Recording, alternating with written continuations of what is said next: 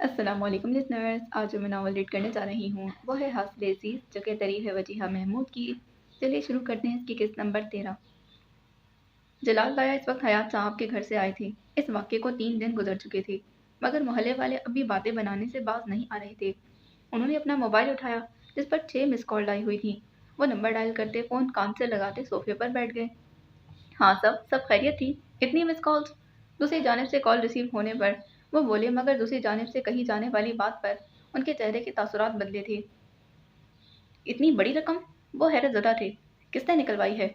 वो दोबारा पूछने पर दूसरी जानिब से अमाद का नाम लिया गया, जिस पर जलाल ताया के गुस्से में इजाफा हो गया था। आसफ, मैं तुमसे बाद में बात करता हूँ। वो ये कहते फ़ोन काटते इमाद के कमरे की जानिब चल पड़े। इमाद की बदकिस्मती कि वो आज घर पर ही था। उन्होंने उसके कमरे का दरवाज़ा खोलने के लिए हाथ आगे बढ़ाया ही था कि उनकी समाज से आवाज़ टकराई थी। यार, मैं कह तो रहा हूँ कल तक तुम्हें पैसे मिल जाएंगे। जलाल ताया कमरे में दाखिल हुए। खबरदार, जो तुमने अपना मुंह खोला मैं। वो ये कहते पलटा। जलाल ताया को सामने देख उसकी जुबान बंद हो गई। फौरन फोन काटते वो अपने हवास बहाल करने लगा। किसे देने हैं पैसे? जलाल ताया की आवाज़ पर इमाद के अल्फाज खत्म हो गए थे। इमाद, मैं तुमसे पूछ रहा हूँ, किसे देने हैं पैसे? वो चिल्लाई। इससे पहले कि वो कुछ बोलता, जलाल ताया के दिमाग में खतरे की घंटी बजी थी कि कहीं आबरू वाले मामले के पीछे इमाद का हाथ तो नहीं। कहीं तुम आबरू? जलाल ताया की इस बात पर इमाद के रहे सहे औसान भी खता हो गए। नहीं अबू, मैंने ऐसा कुछ नहीं। उसके लहजे की गड़बड़ाहट, पसीने से तर चेहरा जलाल ताया को बहुत कुछ समझाने के लिए काफ़ी था। जलाल ताया ने एक जोरदार थप्पड़ उसके मुंह पर दे मारा।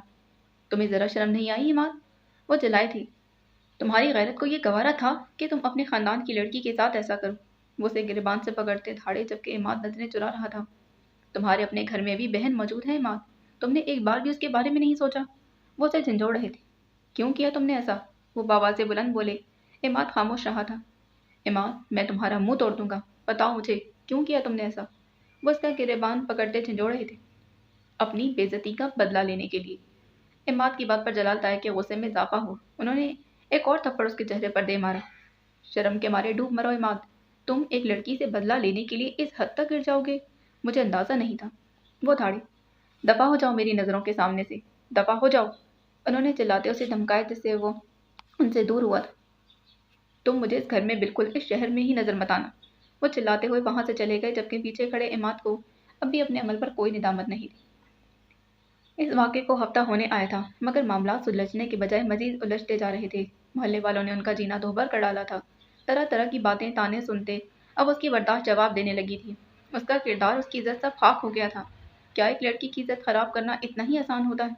हमारे माशरे में ये इतना ही आसान है। इमाद ने उसे सिर्फ एक रात घर से बाहर रखा था, मगर अब उसकी लाख सफाइयों और दुहाइयों के बावजूद भी कोई उसका यकीन करने को तैयार नहीं था। वे वो बेकसूर होने के बावजूद भी कसूरवार ठहराई जा रही थी। इस एक रात का खमियाजा उसे अपनी पूरी उम्र भुगतना था। उसके किरदार पर लगा ये दाग वो शायद ही अपनी पूरी जिंदगी में कभी मिटा सकती थी। वो इस वक्त अपने कमरे में लेटी खुद को बहुत टूटा और बिखरा महसूस कर रही थी। उसे आज हयात साहब बहुत शिद्दत से याद आ रहे थे। आज अगर वो जिंदा होते तो सब संभाल लेते। उसकी आंखों से आंसू बह रहे थे। रोते रोते उसकी आंख लग गई थी और ख्वाब में उसकी मुलाकात हयात साहब से हुई थी, जो उसे अपने साथ लगाए बैठे थे। आबरू, मेरा बच्चा, मेरी एक बात हमेशा याद रखना। जिंदगी में इंसान तभी शिकस्त खाता है जब वो ये सोच लेता है कि वो कभी जीत नहीं सकता। इसीलिए जिंदगी में हार का सामना करते उसे ये कहो कि मुझे जिंदगी में हार कभी छू भी नहीं सकती। वो ये कहते उसकी जानिब देखते मुस्कुराए थे।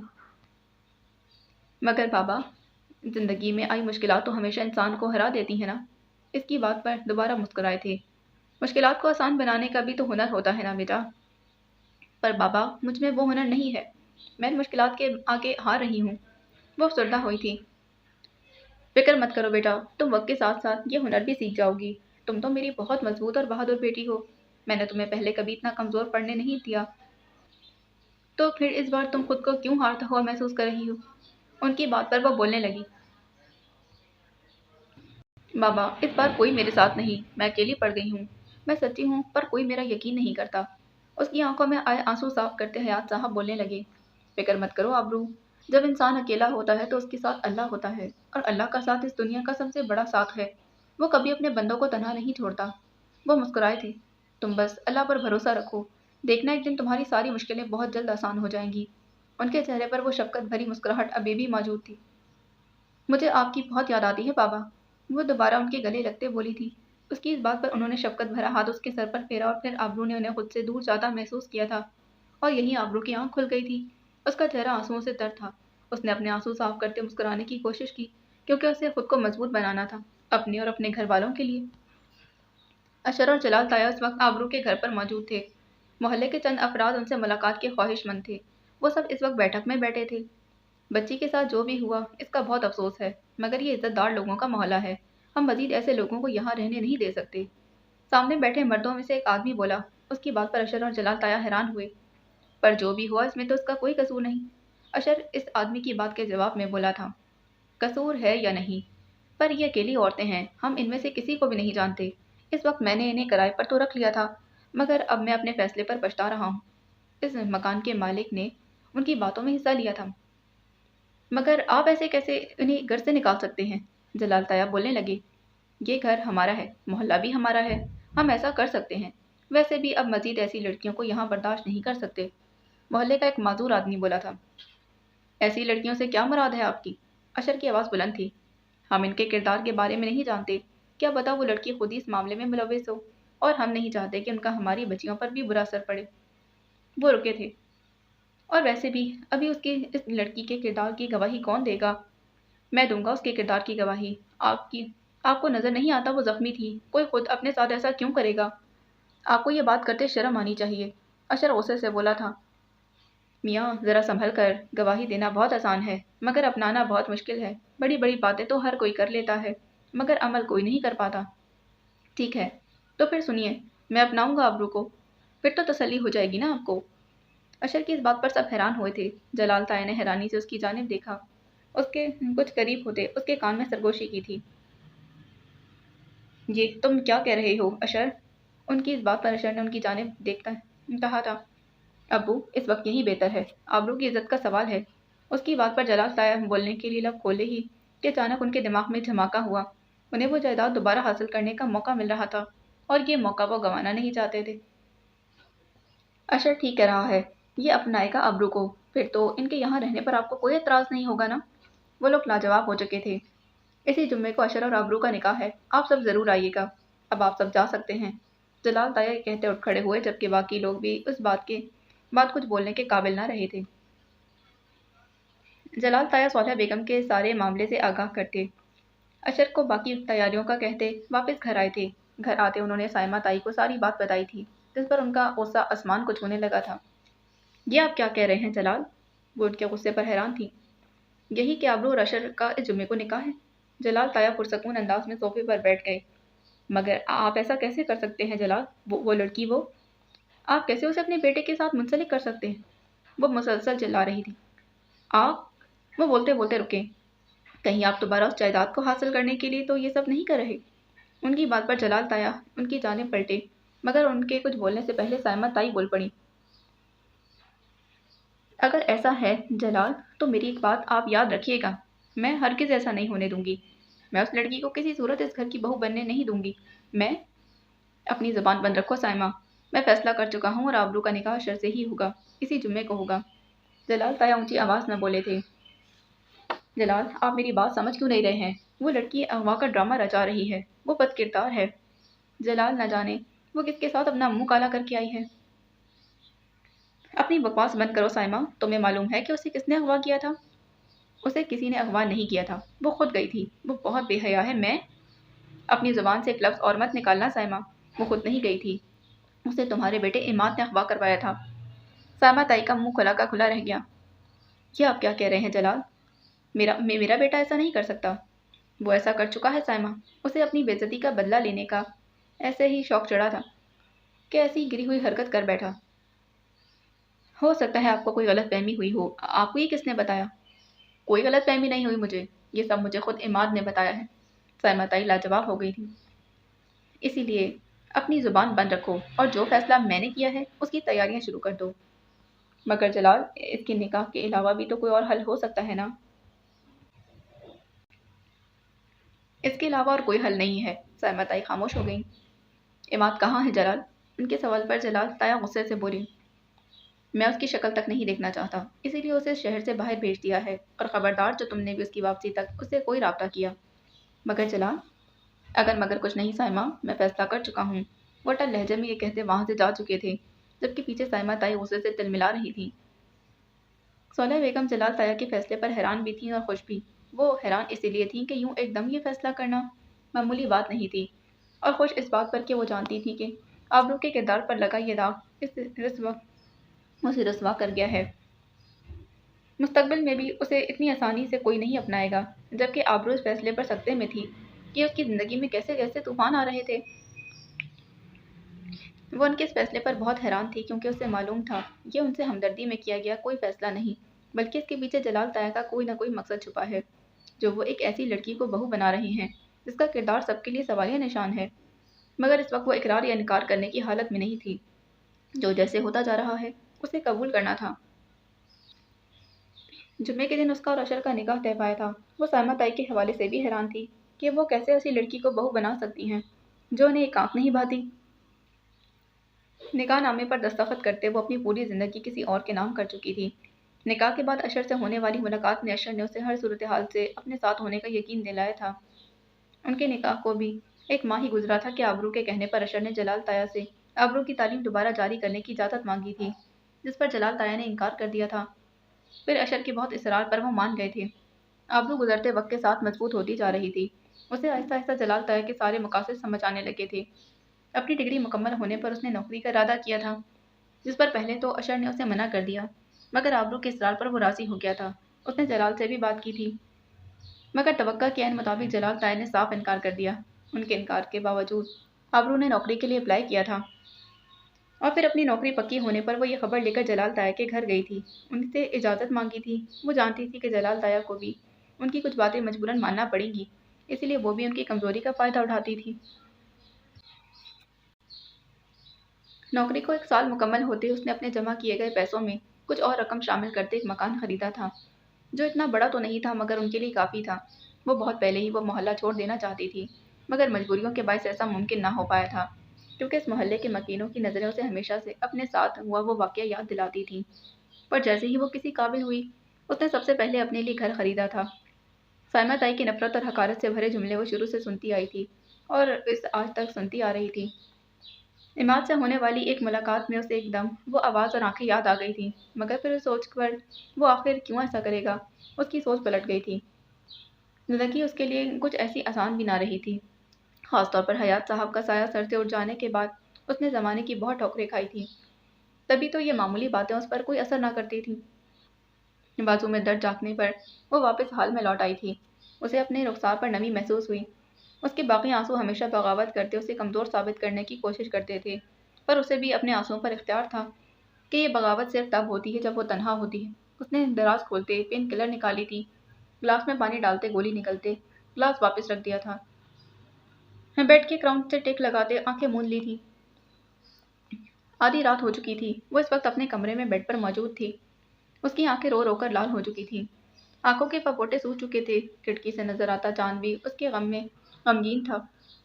اتنے سال وہ ایک انچاہا رشتہ نبھانے کی کوشش کرتی رہی، اپنی زندگی، اپنی خواہشات، وہ سب اس رشتے کے لیے قربان کر چکی تھی، مگر بدلے میں اسے کیا ملا تھا؟ دھوکہ، صرف دھوکہ۔ اس نے بہت کوشش کی تھی کہ وہ خود پر قابو پا لے، مگر دل کا درد تھا کہ بڑھتا جا رہا تھا۔ وہ شخص جو اس کا ہمسفر تھا، اتنے عرصے سے اسے دھوکے میں رکھے ہوئے تھا۔ وہ خود کو بہت بے بس محسوس کر رہی تھی۔ وہ نہیں چاہتی تھی کہ اس کے گھر والوں کو اس کے حوالے سے کوئی بھی پریشانی ہو، مگر اب وہ کس طرح ان سے اتنی بڑی بات چھپائے گی؟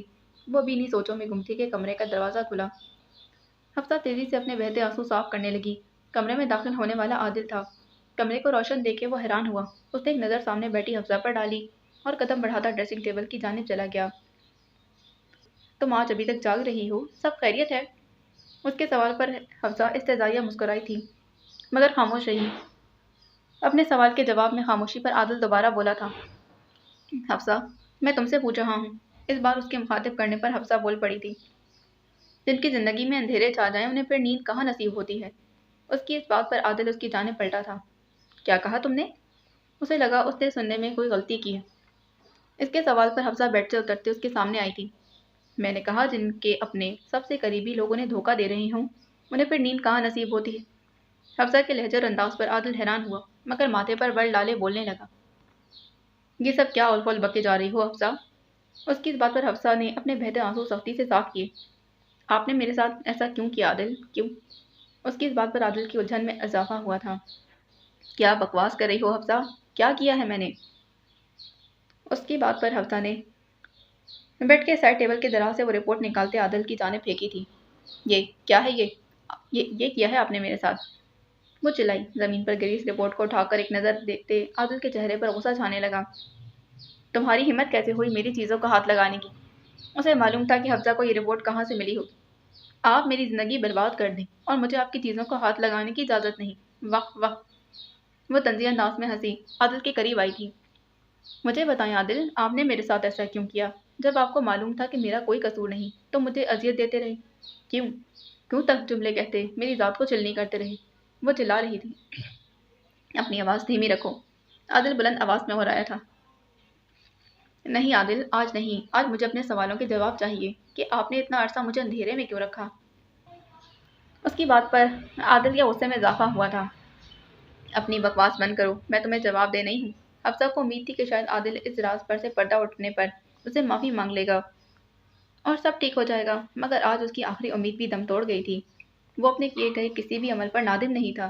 اتنے میں عادل کی امی ان کی آواز سنتے کمرے میں داخل ہوئیں۔ یہ کیا تماشا لگایا ہوا ہے تم دونوں نے؟ یہ کوئی وقت ہے لڑنے کا؟ ان کی بات پر حفصہ نے وہ رپورٹ عادل کے ہاتھ سے کھینچتے عادل کی امی کی جانب بڑھا دی تھی۔ بہت اچھا کیا آپ نے کہ آپ بھی آ گئیں۔ یہ دیکھیں۔ حفصہ کی بات پر عادل کی امی نے وہ رپورٹ تھام لی تھی۔ جو صبح شام آپ مجھے اولاد کے طعنے دیتی رہتی ہیں نا، یہ دیکھیں، غور سے دیکھیں، یہ رپورٹ جس میں واضح لکھا ہے کہ نقص مجھ میں نہیں آپ کے بیٹے میں ہے۔ وہ بلند آواز میں چلائی تھی۔ اس کی اس بات پر عادل کا ہاتھ ہوا میں بلند ہوا تھا مگر حفصہ اس کا ہاتھ ہوا میں ہی رک چکی تھی۔ بس عادل، اب اور نہیں۔ اس نے نفی میں سر ہلاتے عادل کا ہاتھ جھٹکا تھا۔ اور آپ کا یہ بیٹا یہ بات پورے 2 سال سے جانتا ہے۔ وہ رکی اور گہری سانس لی تھی۔ مگر پھر بھی اس نے یہ بات چھپا کر رکھی، یہ ثابت کر دیا کہ یہ ایک بزدل مرد ہے، بزدل۔ حفصہ چلا رہی تھی۔ میری زندگی کے اتنی قیمتی سال آپ کے اس بیٹے نے برباد کر دیے۔ وہ عادل کی امی کی جانب دیکھتی بولی تھی جن کے چہرے پر حیرت ہی حیرت تھی۔ عادل نے کچھ بولنے کے لیے لب کھولے ہی تھے کہ حفصہ دوبارہ بولی، مگر اب اور نہیں، اب میں ایک دن بھی اس گھر میں نہیں رکوں گی، میں صبح ہوتے ہی یہاں سے چلی جاؤں گی۔ اس کی اس بات پر عادل کی امی کچھ بولنے ہی لگی تھی کہ عادل بول پڑا، ٹھیک ہے نا، بہت شوق ہے تمہیں جانے کا تو جاؤ، مگر ایک بات یاد رکھنا، اس گھر سے ایک قدم باہر نکالنے پر اس گھر کے دروازے تم پر ہمیشہ کے لیے بند ہو جائیں گے۔ حفصہ عادل کی ڈٹائی اور بے شرمی پر حیران تھی۔ چلے امی، وہ یہ کہتا اپنی ماں کو لیے کمرے سے چلا گیا تھا، جبکہ پیچھے حفصہ فرش پر بیٹھے رونے لگی تھی۔ وہ لاکھ چاہنے کے باوجود بھی خود کو مضبوط نہیں کر پا رہی تھی۔ روتے روتے اس کی ہچکی بن گئی تھی، مگر یہاں اس کی پرواہ کس سے تھی؟ روتے روتے کب اس کی آنکھ لگ گئی تھی اسے معلوم نہ ہو سکا۔ آنکھ کھلتے ہی وہ فرش سے اٹھی۔ اس کے جسم کا ہر حصہ شدید درد میں مبتلا تھا۔ وہ خود کو گھسیٹتے آئینے کے سامنے لے گئی تھی اور ایک نظر آئینے میں نظر آتے اپنے عکس پر ڈالی تھی۔ بکھرے بال، رو رو کر سوجی ہوئی سرخ آنکھیں، کمزور جسم، وہ اس حالت میں قابل رحم لگ رہی تھی۔ رات واقعہ یاد آنے لگا تھا۔ آنسو ایک بار پھر اس کے رخسار پر بہنے لگے۔ وہ اب کیا کرے گی؟ وہ کیسے اپنے گھر والوں کو اس معاملے سے آگاہ کرے گی؟ رات میں عادل کا رویہ اسے بہت پریشان کر گیا تھا۔ وہ ابھی انہی سوچوں میں گم تھی کہ اچانک اس کے ذہن کے پردے پر ماضی کی چند یادیں لہرائی تھیں، جب وہ اپنے بچپن میں ہر بار محلے کے بچوں کے ساتھ کھیلتے مار کھا کر گھر آ جاتی تھی، چاہے غلطی اس کی ہو یا دوسروں کی۔ حیات صاحب اسے ہر بار ایک ہی بات سمجھاتے جو اس وقت حفصہ کے کانوں میں گونج رہی تھی، دنیا بڑی ظالم ہے بیٹا، یہاں کوئی کسی کے لیے کھڑا نہیں ہوتا، یہاں ہر ایک کو اپنے لیے خود لڑنا پڑتا ہے۔ جو لوگ خود اپنے حق کے لیے آواز بلند نہیں کر پاتے وہ ہمیشہ مظلوموں کی زندگی گزارتے ہیں۔ حیات صاحب کی بات یاد آتے حفصہ کے لبوں پر تبسم بکھرا تھا۔ اس نے اپنے آنسو صاف کرتے اپنے بکھرے بال سمیٹے اور الماری کی جانب بڑھ گئی تھی۔ کچھ لمحے بعد وہ اپنا سامان پیک کر رہی تھی۔ وہ فیصلہ کر چکی تھی، اب اسے اپنی جنگ خود لڑنی ہے، اسے اپنے حق کے لیے خود آواز بلند کرنی ہے۔ وہ کچھ دیر بعد اپنا سامان تیار کر چکی تھی۔ اس نے الماری سے اپنی چادر نکالتے چادر اوڑھی اور قدم باہر کی جانب بڑھا دیے تھے۔ ہر بڑھتے قدم کے ساتھ اس گھر میں گزرا ایک ایک لمحہ یاد آنے لگا تھا۔ اس نے اس گھر کے مکینوں کی خوشی کی خاطر اپنی زندگی کے سب سے قیمتی سالوں کو قربان کر دیا تھا۔ اپنی خواہشات کا گلا گھوٹتے وہ ان کے رنگ میں ڈھل گئی تھی، مگر بدلے میں اسے کیا حاصل ہوا تھا؟ आंसू उसके पलकों की बाट तोड़कर उसका रुखसार भिगोने लगे थे। वो कदम उठाती सीढ़ियों के करीब आई, जहां से उसे लाउंज में मौजूद अपनी सास और आदिल बैठे दिखाई दिए थे। हफ्सा की नज़र उन पर पड़ते वो भी उसकी जानिब देखने लगे, मगर चंद लम्हे बाद उन दोनों ने मुंह फेर लिए थे और फिर आपस में बातें करने लगे। हफ्सा का दिल चाह रहा था कि फूट फूट कर रोए। वो लोग जिनकी खातिर उसने इतनी कुर्बानियां दी थीं, उन्हें उसके वजूद से कोई सरोकार नहीं था। इन दोनों ने एक बार फिर हफ्सा को रोकने की कोशिश नहीं की थी। उसका कसूर सिर्फ इतना था कि वो आदिल और उसके घर वालों से वफादार थी। वो सीढ़ियां उतरने लगी थी। हर जीने पर कदम रखते उसे अपनी जिंदगी के बीते पल याद आने लगे थे। इन 6 सालों में उसने बहुत अजियतें सही थीं। वो अपने शौहर के लिए एक अनचाहे वजूद थी। वो अपनी सास की औलाद की खुशी ना दे पाने पर रोज ताने सुनती थी। इसका शौहर उससे वफादार नहीं था। उसने अपने आंसू साफ किए और अपना बैग उठाते अभी तीसरे जीने पर कदम ही रखा था कि उसका सर चकरा गया था। वो अपना तवाज़ुन बरकरार नहीं रख सकी थी और उसका पाँव फिसला। वो लड़खड़ाते वो लड़खड़ाते सीढ़ियों से गिर गई थी। वो फर्श पर औंधे मुंह पड़ी थी। खून उसके सर से निकलता उसकी चादर को दागदार कर रहा था। वो दोनों उसको सीढ़ियों से गिरता देख भागते उसके करीब आए थे। हफ्सा, हफ्सा, आंखें खोलो। आदिल ने उसके करीब आते उसे सीधा किया था। जख्म उसके सर के पिछले हिस्से पर लगा था। आदिल के दोनों हाथ खून से रंगे जा चुके थे। हफ्सा ने अपनी पूरी कुव्वत लगाते आंखें खोली थी। आदिल के चेहरे पर निगाह पड़ते वो तलखी से मुस्कुराई थी। वो शख्स के चेहरे पर अपने लिए फिक्र देखने की ही तो ख्वाहिशमंद थी। वो अपनी उम्र का एक हिस्सा इस लम्हे को तरसी थी, और आज जब वो लम्हा उसे नसीब हुआ तो शायद बहुत देर हो चुकी थी।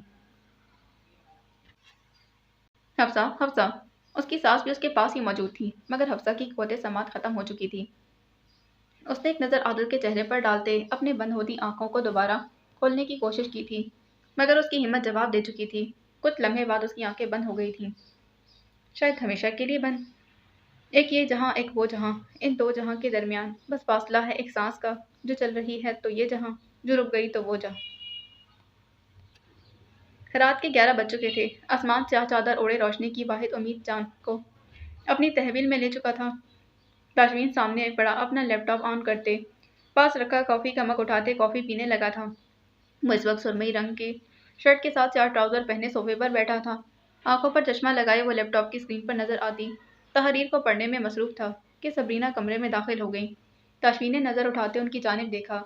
वो कदम उठाती उसके करीब आई थी और उसके सोफे से कुछ फासले पर मौजूद बेड पर बैठ गई थी। उनके बैठने पर ताशमीन की जानिब मुतवज्जा हुआ। वो मुतज़्ज़ब नज़र आ रही थी। ताशमीन ने लैपटॉप बंद करते एक जानिब रखा और अपना रुख उनकी जानिब मुड़ते बोलने लगा था। आप कहें अम्मू जान, मैं सुन रहा हूँ।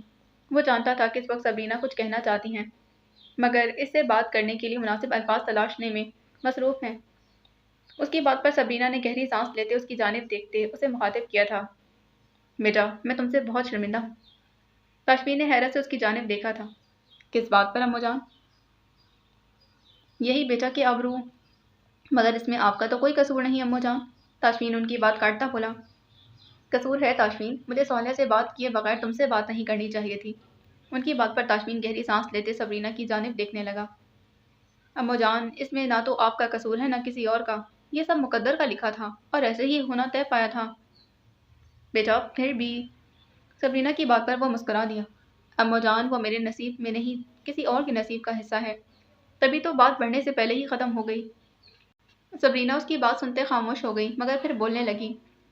पर बेटा तुम्हारा दिल। ताशमीन उठकर उनके पास जा बैठा और उनके हाथ अपने हाथों में लेता उनकी बात काटता बोला। आप मेरे लिए परेशान मत हो अम्मू जान, मैं ठीक हूँ।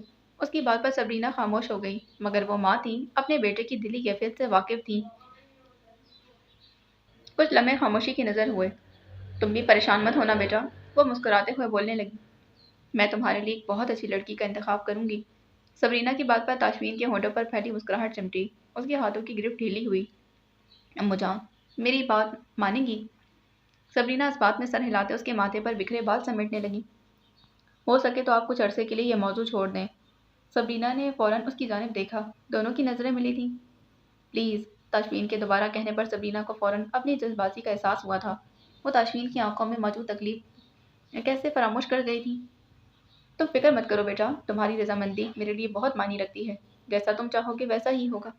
वो मुस्कुराते बोली, जिस पर ताशमीन भी मुस्कुरा दिया था। कमरा अदालत के बाहर इस वक्त खूब गहमा गहमी थी। कुछ लम्हे पहले ही एक केस का फैसला सुनाया गया था। इस वक्त कमरा अदालत से बाहर निकल रही थी।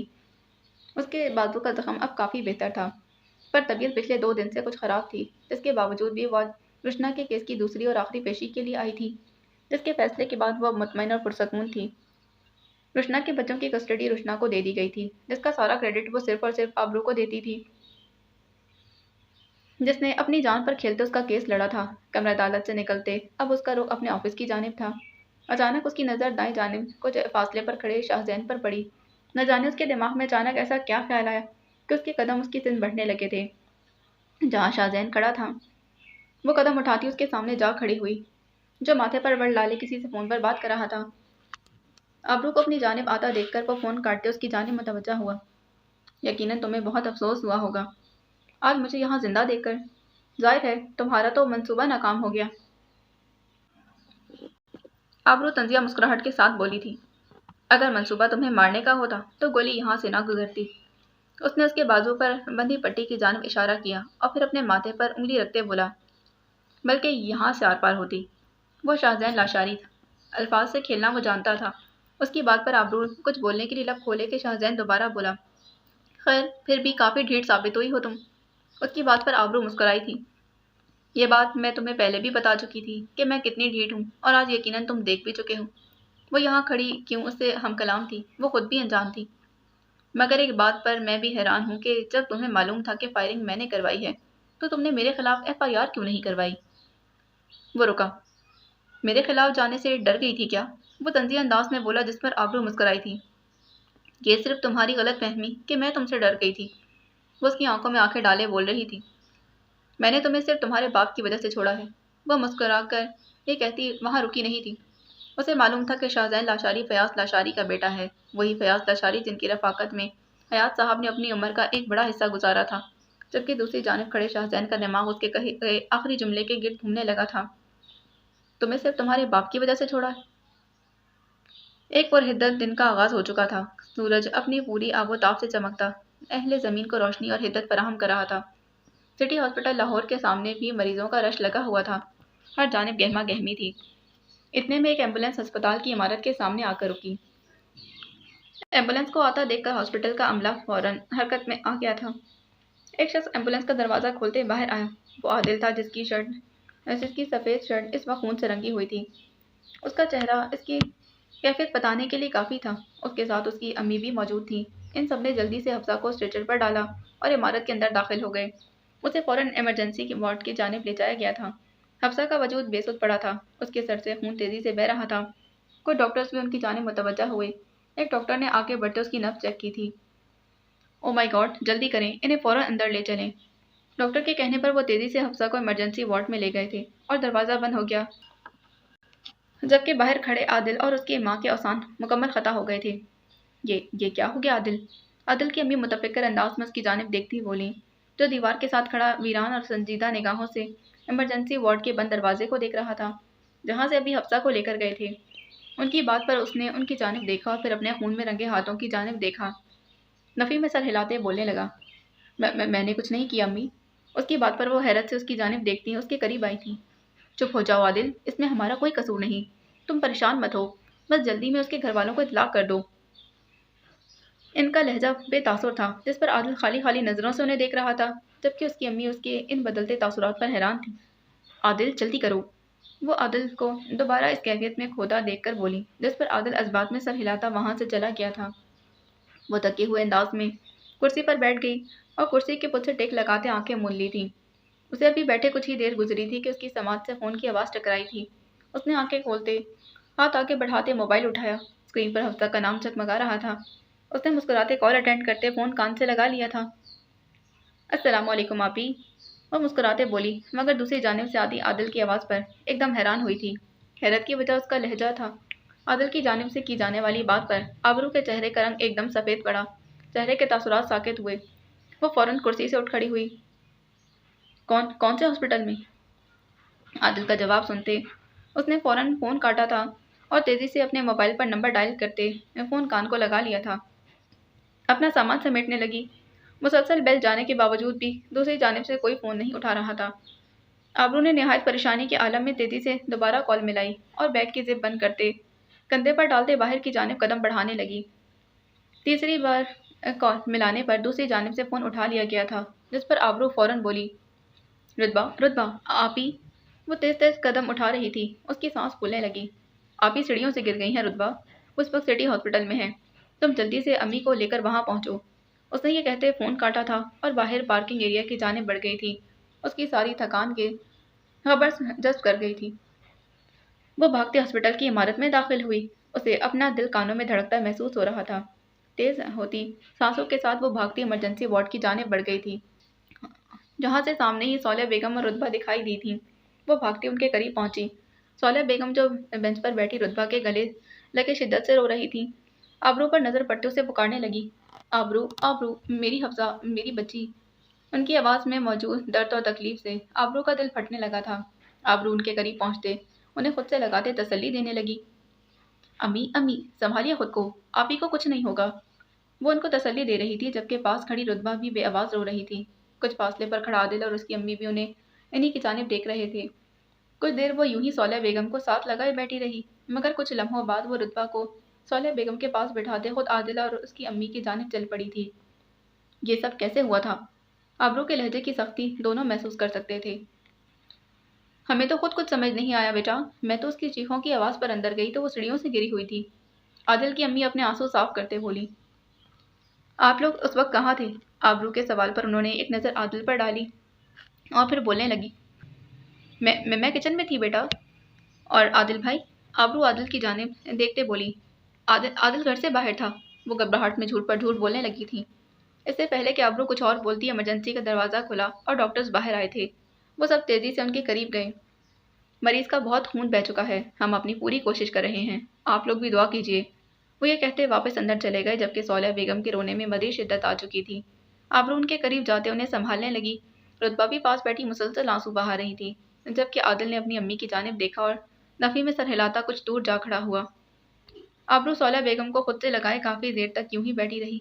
इसी दौरान उसकी निगाह आदिल की अम्मी के चेहरे पर पड़ी, जो आंसू बहाते उनके गम में गमगीन होने का मुजाहरा कर रही थी, जबकि आदिल के चेहरे पर छाए तासुरात से वाज़ेह महसूस हो रहा था कि उस वक्त कितना मुतफक्किर और परेशान है। जबकि उसकी परेशानी जबकि उसके तासुरात की असल वजह तो वो पछतावा था, जो उसे अंदर ही अंदर खाने लगा था। वो अपने हाथों को देखने लगा, जिन पर अब भी खून का कोई दाग बाकी नहीं था, मगर इसके बावजूद उसे अपने हाथ अब भी खून में रंगे नजर आ रहे थे। वो आसपास एक निगाह डालते अपने हाथों को छुपाते उन पर ना नजर आने वाले खून के धब्बे साफ करने लगा। वो मुसलसल मध्यम आवाज में कुछ बुड़बुड़ा रहा था, मैंने कुछ नहीं किया। वो नफ़ी में सर हिलाता अल्फाज दोहरा रहा था, एक मुजरिम की सबसे बड़ी सज़ा एहसास जुर्म है और आदिल की सज़ा आज शुरू हो चुकी थी। हॉस्पिटल की राहदारियों में वक्त अपनी रफ्तार बहुत कम कर लेता है। यहाँ गुजरा एक एक लम्हा सदियों की मुसाफित मालूम होता है। अभी सिर्फ 20 मिनट ही गुजरे कि डॉक्टर्स दोबारा बाहर आए थे। उनके चेहरे पर मौजूद तासुरात आबरू को किसी बुरी खबर का अंदिया दे रहे थे। वो सौल्या बेगम को वहीं बिठाती डॉक्टर के पास गई थी। दूसरी जानिब से आदिल भी उनके करीब आया था। वो दोनों पुरउम्मीद निगाहों से डॉक्टर की जानिब देख रहे थे। डॉक्टर की जानिब से कहे जाने वाले अल्फाज उनकी उम्मीद को चकनाचूर कर गए थे, सॉरी, हम मरीज को नहीं बचा सके। डॉक्टर की बात पर आबरू ने सख्ती से अपनी आंखें मींची थी। आंखों में मौजूद आंसू बहते हुए उसके रुखसार पर आ गए थे। डॉक्टर की आवाज़ पीछे मौजूद बाकी नफूस भी सुन चुके थे, हफ्सा हफ्सा मेरी बच्ची। सौला बेगम बिलक बिलक कर रो रही थी, जबकि पास बैठी रुतबा की भी हिचकी बन गई थी। आदिल की अम्मी की नज़र आदिल से मिली, जिनकी आंखों में खौफ महसूस हो रहा था। आबरू तेजी से सौल्या बेगम के करीब आई और उन्हें संभालने लगी थी। डॉक्टर आदिल को मुखातिब करते उसे डेड बॉडी के मुतलिक बताने लगे। आबरू सौल्या बेगम को खुद से लगाए उन्हें दिलासा देते अपने आंसू रोकने की कोशिश कर रही थी, मगर उसके आंसू बेख्तियार बह रहे थे। हॉस्पिटल के दरो दीवार हर रोज़ ऐसी ही कितनी आहें और सिसकियां सुनते। अब इस सब के आदी हो चुके थे।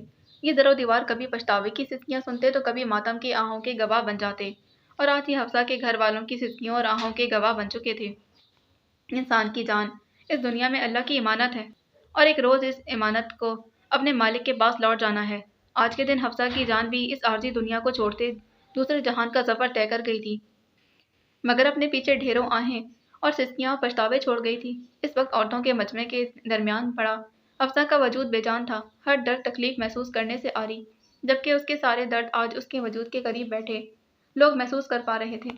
इसकी मैयत को आदिल के घर लाया गया था और वहीं से उसका जनाजा उठाया जाना था। हर सू आहें और सिसकियां थीं। इस जवान मौत पर आंख अश्कबार थी। औरतों के इस मजमे में उसका हर अजीज रिश्ता मौजूद था। मैयत के चारों तरफ उसकी बहनें मौजूद थीं, जिनकी आंखों से गिरता हर आंसू हफ्सा से उनकी मोहब्बत का गवाह था। जबकि सौलिया बेगम आंसुओं से तर चेहरा लिए बार बार हफ्सा का मुंह चूम रही थी। वो माँ थी, उनका दुख बहुत बड़ा था, बहुत बड़ा था। वो सफ़ेद कफन में लिपटे अपने इस अजीज रिश्ते का आखिरी दीदार कर रहे थे। इस मजमे में कुछ हासे बरसाइमा ताई और वशमा भी मौजूद थी, जबकि सबरीना और राबिया बेगम इस वक्त सौलिया बेगम को संभाल रही थीं। घर के बाहर मौजूद मर्दों के इस हजूम में जलाल ताया अपने दोनों बेटों के हमरा मौजूद थे, जबकि कुछ फासले पर ताशमीन, जावियार और आफाक खड़े आदल से कुछ बात कर रहे थे। जनाजे का वक्त हो चुका था। मर्द अंदर दाखिल होने लगे ताकि मैयत को उसकी आखिरी आराम गाह तक पहुंचा सकें। इंसान जिस तरह इस दुनिया में खाली हाथ आता है, बिल्कुल इसी तरह खाली हाथ इस दुनिया से वापस लौट जाता है। साथ ले जाता है तो सिर्फ वो नामा एमाल जिस पर उसकी अगली ज़िंदगी का इन्हिसार होता है। हफ्सा की तदफीन के साथ आज इसकी ज़ात से वाबस्ता बहुत से राज भी दफन होने वाले थे, मगर हफ्सा ने अपना मामला अल्लाह की ज़ात पर छोड़ दिया था। और बेशक वो सबसे बड़ा मुनसिफ है। रब की ज़ात पर छोड़े गए मामलात ऐसे ही ख़त्म नहीं हो जाया करते। इनका हिसाब बहुत सख्त हुआ करता है। और आज और आज आदिल की हालत देखते ये अंदाज़ा लगाना मुश्किल नहीं था कि इसका इंसाफ शुरू हो चुका था। मर्दों ने आगे बढ़ते हुए मैयत को उठाया और कलमा शहादत की सदाओं में मैयत को ले जाने लगे थे। पीछे मौजूद उसके घर वालों के लाख चाहने के बावजूद भी उसे रोक नहीं सकते थे। इंसान इस दुनिया में आते गरूर और तकब्बुर जैसी खसलतों को अपना लेता है और ये फरामोश कर बैठता है कि वो अपनी आखिरी मंजिल अपनी कब्र तक जाने के लिए भी दूसरों का मोहताज है। हम इंसान तो अपना आखिरी गौसल भी खुद नहीं दे सकते, फिर भी अफसोस कि हम तल्ख हकीकतों को फरामोश कर देते हैं। अगर आज हफ्सा के दुख और तकलीफ के बाब का इख्तिताम हुआ था, तो आदिल के पछतावे के बाब का आज आगाज हुआ था। रात के इस पहर सब लोग अपने अपने घरों में मौजूद थे। गलियां सुनसान थी, जबकि सड़क पर गाड़ियों का रश ना होने के बराबर था। इसी असना में एक स्याह रंग की गाड़ी लाशारी विला के सामने आ रुकी थी। गुल खान के गेट खोलते ही गाड़ी तेजी से अंदर दाखिल हुई, जिससे शाहजैन लाशारी उतरा था। गाड़ी की चाबी हाथ में घुमाते वो लाउंज में दाखिल हुआ, जहां खामोशी ने उसका इस्तकबाल किया था। वो तेज तेज सीढ़ियां चढ़ता अपने कमरे में दाखिल हुआ। कमरा तारीक था। शाहजैन ने हाथ बढ़ाते बल्ब ऑन किया था। कमरा रोशनी में नहा गया। वो कदम आगे बढ़ाता बेड के करीब गया और फिर अपनी जैकेट उतारते साइड पर रखी थी। गाड़ी की चाबी टेबल पर रखते वो जूतों समेत बेड पर लेट गया था। इसका सर इस वक्त दर्द से फटा जा रहा था। उसने हाथ आगे बढ़ाते जैकेट की पॉकेट से सिगरेट का डब्बा निकाला, जो खाली था। झुंझुलाते उसे वापस फेंकते वो उठा और साइड दराज से नया डब्बा निकाला। लाइटर से सिगरेट जलाते वो सिगरेट पीने लगा था। वो अपनी हर तकलीफ, दर्द, परेशानी का इलाज सिर्फ सिगरेट को मानता था। उसे ऐसे बैठे अभी कुछ ही देर हुई थी कि उसका फ़ोन बजने लगा। फ़ोन पर जगमगाते नाम को देखते उसने फ़ौरन फ़ोन उठा लिया था। हाँ बोलो, क्या पता चला? सिगरेट का गहरा कश लेते उसने दूसरी जानिब से कही जाने वाली बात सुनी थी। ठीक है, मैं देखता हूँ। ये कहते वो फ़ोन काट चुका था। सिगरेट एश ट्रे में रखते वो मोबाइल की स्क्रीन पर उंगलियां चलाते कुछ तलाशने लगा था। उसे कुछ देर पहले एक फ़ाइल मौसूल हुई थी। अब उसकी निगाहों का मरकज़ इस फ़ाइल का पहला सफ़ा था, जिसमें लिखा था आबरू सिद्दीकी का नाम। बहुत वाज़ेह था। सुबह जब उसकी मुलाकात अदालत में आबरू से हुई, तो उसका कहा गया जुमला शाहजैन को बेचैन कर गया था। आखिर आबरू फयाज लशारी को कैसे जानती है? शाहजैन ने उसी वक्त अपने किसी आदमी को कहते आबरू की तमाम मालूमात उसे फराहम करने को कहा था, जिसका नतीजा ये फ़ाइल थी। वो फ़ाइल में दर्ज तफसीलात पढ़ने लगा था। वल्दियत के खाने में लिखा हयात सिद्दीकी का नाम पढ़ते वो रुका और अपने जहन पर जोर डालने लगा, क्योंकि वो जानता था कि ये नाम वो पहले कहीं सुन चुका था। अचानक उसके जहन में धमाका हुआ और कड़ियों से कड़ियाँ मिलने लगी थीं। ये हयात सिद्दीकी वही शख्स था जिसका एक्सीडेंट उसकी गाड़ी से हुआ था। ओह, तो ये आबरू उसकी बेटी है।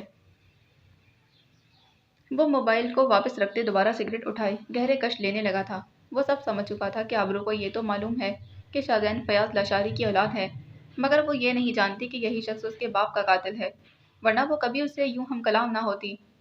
शाहजैन को एकदम खुद पर हैरत हुई कि वो क्यों एक आम सी लड़की और उसके बाप के बारे में सोचते अपना वक्त ज़ाया कर रहा था, मगर इसका जवाब उसके पास भी मौजूद नहीं था।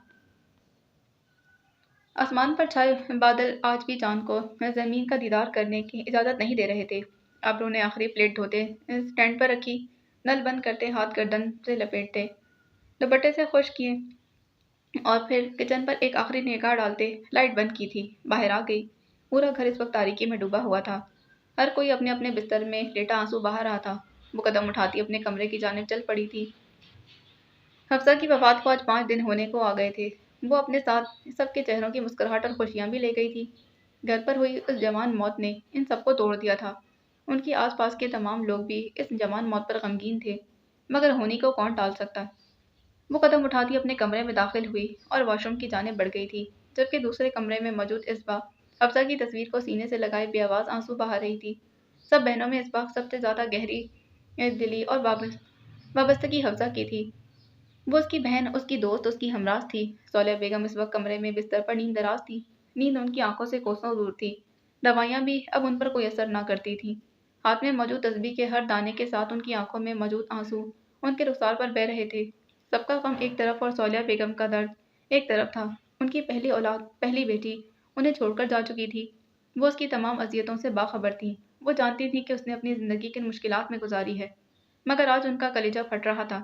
وہ ہمیشہ صبر کرتی تھی، ان سے اپنی کسی تکلیف کا تذکرہ تک نہ کرتی تھی کہ کہیں وہ انہیں اس کی وجہ سے پریشان نہ کر دے، اور آج اسی طرح وہ اپنے تمام درد اپنے دل میں سموئے بہت دور جا چکی تھی۔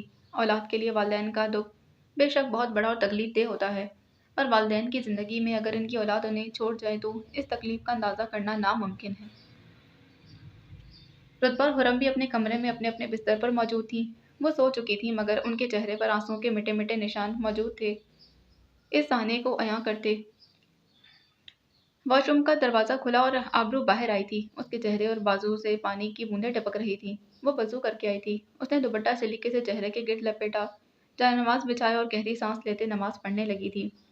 آبرو کو عادل اور اس کی امی کی کہی گئی باتوں پر یقین نہیں تھا، مگر حفصہ کے جنازے کے وقت وہ عادل کی حالت اپنی آنکھوں سے دیکھ چکی تھی۔ وہ کس طرح ویران اور افسردہ چہرہ لیے ادھر ادھر گھوم رہا تھا، جس پر آبرو مزید اس بارے میں کچھ سوچ ہی نہ پائی تھی۔ اسے ان دونوں کی ساری زیادتیوں کا علم تھا، مگر جب بھی وہ حفصہ سے بات کرتی تو وہ ہمیشہ اسے ایک ہی بات کہتی، جو آج بھی آبرو کے کانوں میں گونج رہی تھی۔ میں اپنے تمام معاملات اپنے رب پر چھوڑ چکی ہوں آبرو، میں اس کی ہر رضا میں راضی ہوں۔ وہ اس بات پر آبرو ہمیشہ خاموش ہو جاتی تھی۔ کچھ دیر بعد آبرو نماز مکمل کر چکی تھی۔ دعا کے لیے ہاتھ اٹھاتے سب سے پہلے حفصہ یاد آئی تھی۔ اس کی آنکھوں میں موجود آنسو بہنے لگے تھے۔ اسے افسوس تھا کہ وہ اپنی بہن کی زندگی کی مشکلات کو کم نہیں کر پائی تھی۔ وہ انہی مشکلات سے لڑتے لڑتے زندگی کی بازی ہار گئی تھی، مگر اب آبرو اس کے لیے کچھ نہیں کر سکتی تھی سوائے دعا کے اللہ اس کی اگلی منزل آسان کرے۔ ہمارے آس پاس بھی حفصہ جیسے بہت سے لوگ موجود ہیں جن کی زندگی میں پریشانیوں اور تکالیف کے سوا کچھ نہیں ہوتا۔ وہ ہر وقت صبر کا دامن تھامے رکھتے ہیں، مگر زندگی ان کے لیے کبھی آسان نہیں ہوتی، اور ایک روز وہ انہی مشکلوں سے لڑتے لڑتے اس جہان فانی سے کوچ کر جاتے ہیں۔ ان کے ساتھ برا کرنے والوں کا مکافات ان کے حیات میں تو نہیں ہو پاتا، مگر ان کی موت ان لوگوں کے لیے سبق کا سامان ضرور بن جاتی ہے، اور لوگوں کو ان کے صبر کا پھل دوسرے جہان میں ضرور ملتا ہے۔ آبرو نے دعا کے لیے ہاتھ اٹھائے تھے، چہرے پر پھیرے اور پھر اٹھ کھڑی ہوئی، جائے نماز سمیٹ کر ایک جانب رکھا اور دوپٹہ کھولے بیڈ کی طرف بڑھ گئی تھی۔ حفصہ کی وفات کے بعد جب بھی وہ سب ایک ساتھ بیٹھتے تو انہیں حفصہ بہت شدت سے یاد آتی تھی۔ وہ مسکراتا چہرہ، وہ آواز انہیں بے چین کر دیتی، مگر اب یہ دکھ تو عمر بھر کا تھا۔ ہر خوشی اور غم میں بچھڑوں کا یاد آنا تو ایک فطری بات ہے۔ کسی ایک کے چلے جانے سے یہ دنیا رکتی تو نہیں، مگر ان کی زندگیوں میں ایک خلا پیدا ہو جاتا ہے جسے چاہ کر بھی کبھی کوئی دوسرا پورا نہیں کر سکتا۔ آبرو بستر پر لیٹی چھت پر گھومتے پنکھے کی جانب دیکھ رہی تھی۔ آج ایک اور رات اسے یوں ہی آنکھوں میں گزارنی تھی۔ وہ اس وقت صالحہ بیگم کے کمرے میں موجود تھے۔ بیڈ پر صالحہ بیگم کے ساتھ رتبہ بیٹھی تھی، جبکہ سامنے رکھی 2 کرسیوں میں سے ایک پر آبرو بیٹھی تھی۔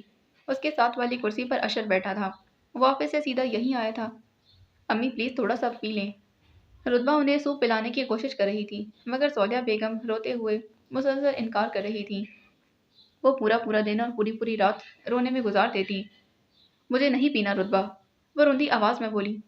چچی جان سنبھالیں خود کو، صبر کریں، اگر آپ کچھ کھائے پیئیں گی نہیں تو آپ کی طبیعت ضرور بگڑ جائے گی۔ اشر صالحہ بیگم کو مخاطب کرتا بولا۔ مجھے صبر نہیں آتا بیٹا، میری بچی، میری حفصہ، وہ یوں مجھے چھوڑ کر چلی گئی، وہ ہچکیوں سے رونے لگی تھی۔ رتبہ انہیں خود سے لگائے سنبھالنے لگی، جبکہ سامنے بیٹھی آبرو کی آنکھیں آنسوؤں سے بھرنے لگی تھیں۔ وہ قدم اٹھاتی ان کے قریب گئی اور سوپ رتبہ سے لیتے خود صالحہ بیگم کے پاس جا بیٹھی۔ پلیز امی، صالحہ بیگم نے دوبارہ انکار کیا۔ ہماری خاطر امی، صالحہ بیگم نے سوجی ہوئی آنکھوں سے اس کی نم آنکھوں میں دیکھا اور پھر سوپ پینے لگی تھیں۔ اشر یہ سارا منظر دیکھ رہا تھا۔ کچھ دیر بعد وہ انہیں سوپ پلانے میں کامیاب ٹھہری تھی۔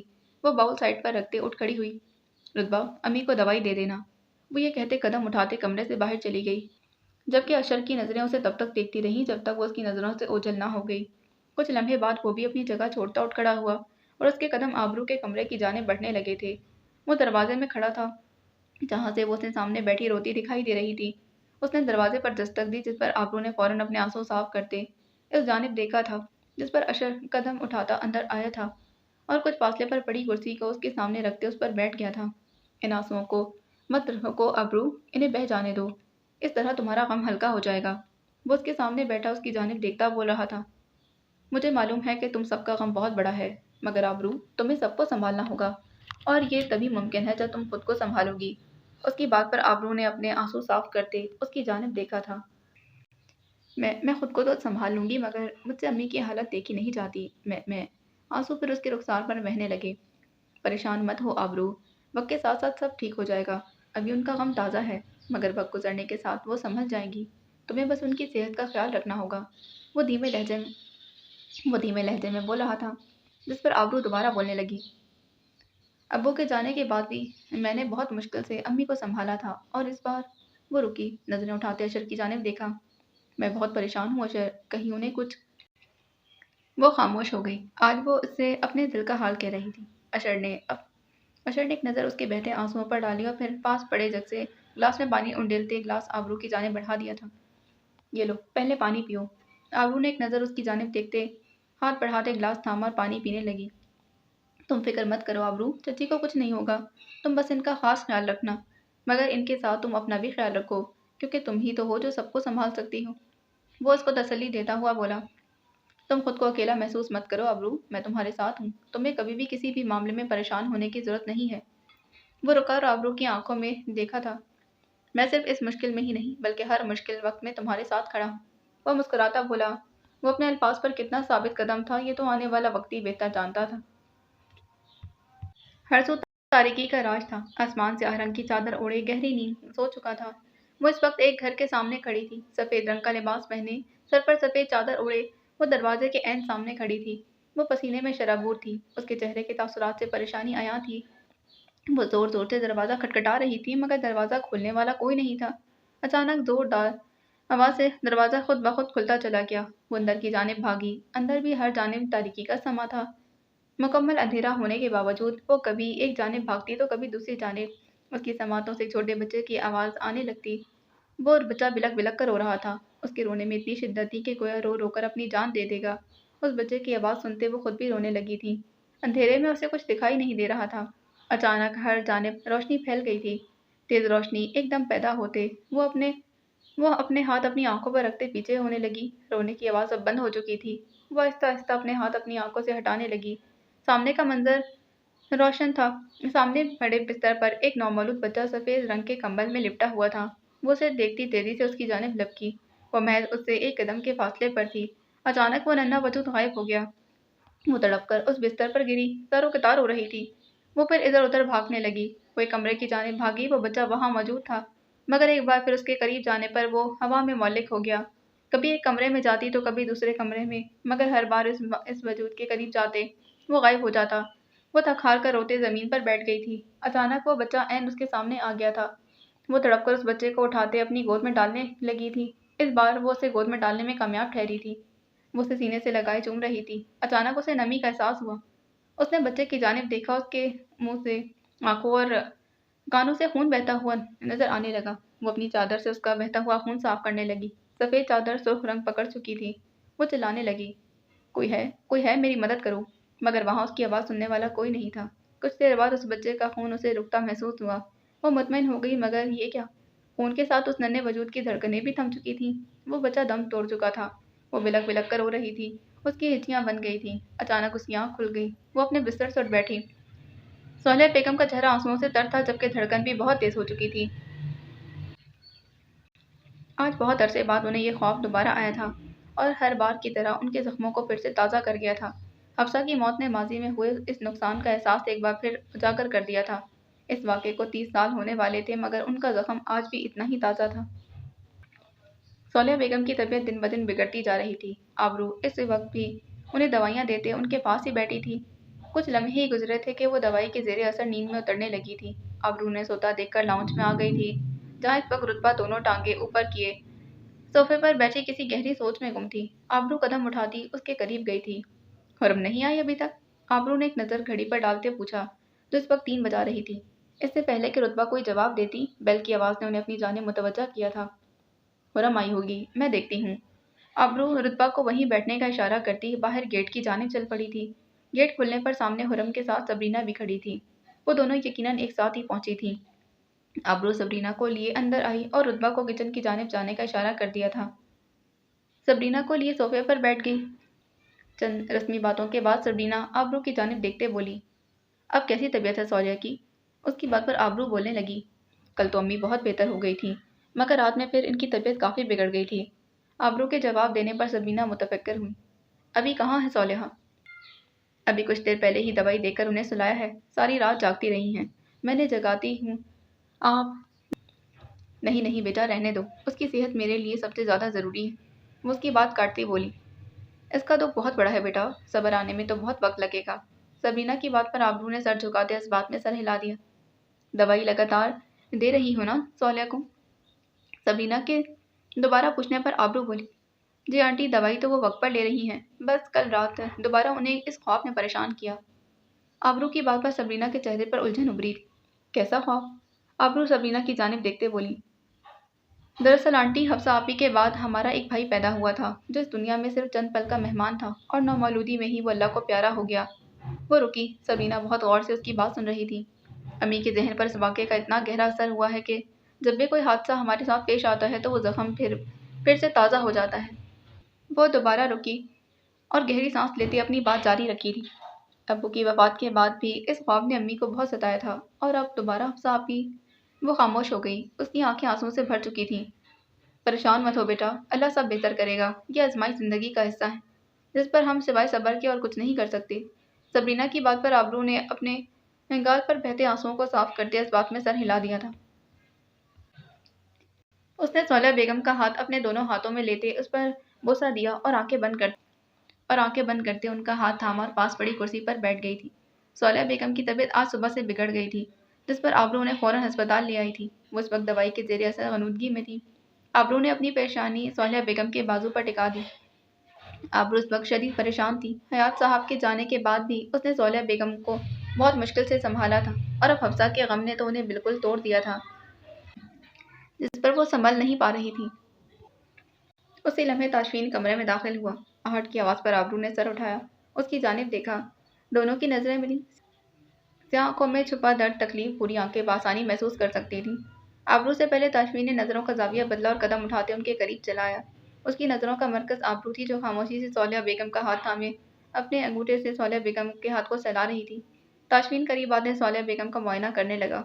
आबरू का बुझा हुआ चेहरा, वीरान और बेतासुर आंखें उसे तकलीफ पहुंचा रही थीं। वो उसका गम हल्का करना चाहता था, मगर वो इस पर कोई इख्तियार ना रखता था। वो चाहता था कि वो उसकी ज़िंदगी में आए, सब गम समेटे, उसकी ज़िंदगी में खुशियाँ भर दे, मगर ये सब उसके इख्तियार से बाहर था। वो उस पर कोई हक नहीं रखता था। सौलिया बेगम का मुआयना करते उसने आबरू को मुखातिब किया, परेशानी की कोई बात नहीं है, गहरे सदमे की वजह से इनकी ये हालत हो गई है। उसकी आवाज़ पर आबरू ने उसकी जानिब देखा। दोनों की नज़रें फिर मिली और एक बार फिर ताशफीन नज़रों का जाविया बदलते पास पड़े बेड पर कुछ लिखने लगा। मैंने मेडिसिन लिख दी हैं, आप इन्हें वक्त पर दवाइयाँ देते रहिएगा, इंशाल्लाह आंटी बेहतर हो जाएंगी। उसने वो कागज़ आबरू की जानिब बढ़ा दिया। मुझे मालूम है ये सदमा इतना छोटा तो नहीं कि भुला दिया जाए, मगर फिर भी कोशिश कीजिएगा कि इनके सामने बार बार इसका जिक्र ना किया जाए। आबरू को मालूम था वो किस बारे में बात कर रहा था। आबरू ने इस बात में सर हिलाते कागज़ थामा था। माहौल में एकदम खामोशी छाने लगी, जिसे ताशमीन की आवाज़ ने तोड़ा था। आंटी का ख्याल रखिएगा। वो रुका, और अपना भी। उसकी आवाज़ पर आबरू ने फ़ौरन उसकी जानिब देखा, मगर वो इससे पहले ही रुख मोड़ता कमरे से बाहर जा चुका था। बाकी अगली किस्त में जाने से पहले चैनल को सब्सक्राइब कीजिएगा, बेल आइकन को प्रेस करना हरगिज़ ना भूलें। वीडियो को लाइक करें, कमेंट भी ज़रूर किया करें। मिलते हैं इसके अगले एपिसोड में। अल्लाह हाफ़िज़।